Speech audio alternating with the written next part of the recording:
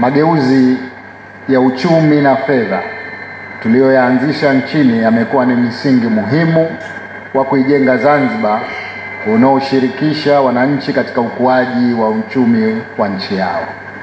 Tulianza kwa kuweka misingi ya sera madhubuti, mifumo ya kisasa na usimamizi makini wa fedha za umma. Sasa tunashuhudia matokeo kama ifuatavyo. Kwanza, uchumi wetu umekuwa kwa zaidi ya 7.2% kwa mwaka.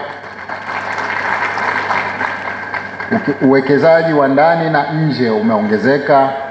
Mfumuko wa bei umedhibitiwa kwa wastani wa tarakimu moja.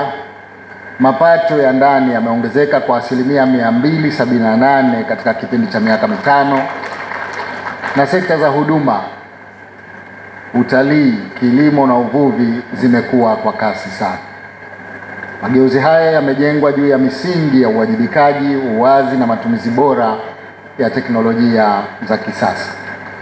Ndugu wananchi, wageni waalikwa, mabibi na mabwana, mwaka wa 2024 tulizindua Zanzibar Sukuk, chombo cha kifedha kinachoendeshwa kwa misingi ya sheria ya Kiislamu ambacho kilipata umaarufu mkubwa ndani na nje ya nchi.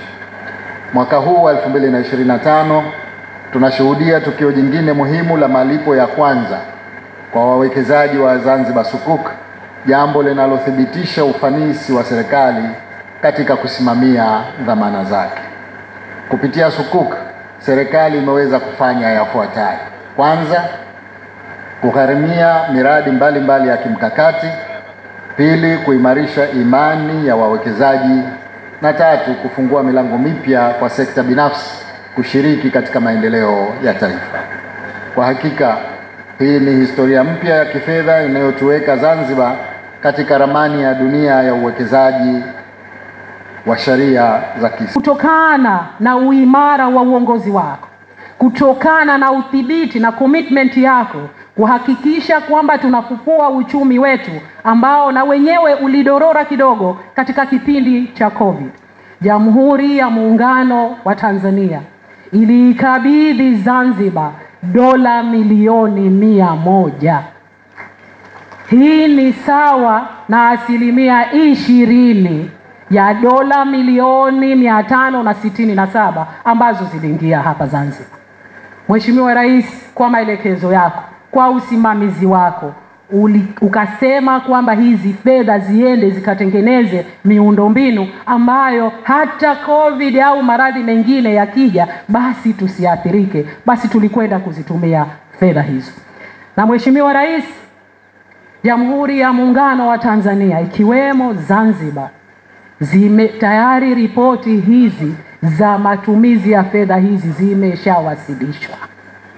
Sasa wao wenyewe IMF wameapprove usimamizi na matumizi mazuri ya fedha hizi za COVID.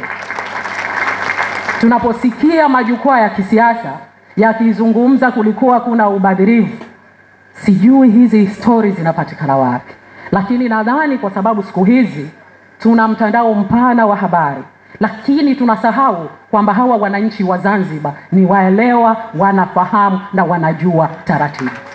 Mheshimiwa Rais, tunakushukuru na tunakupongeza.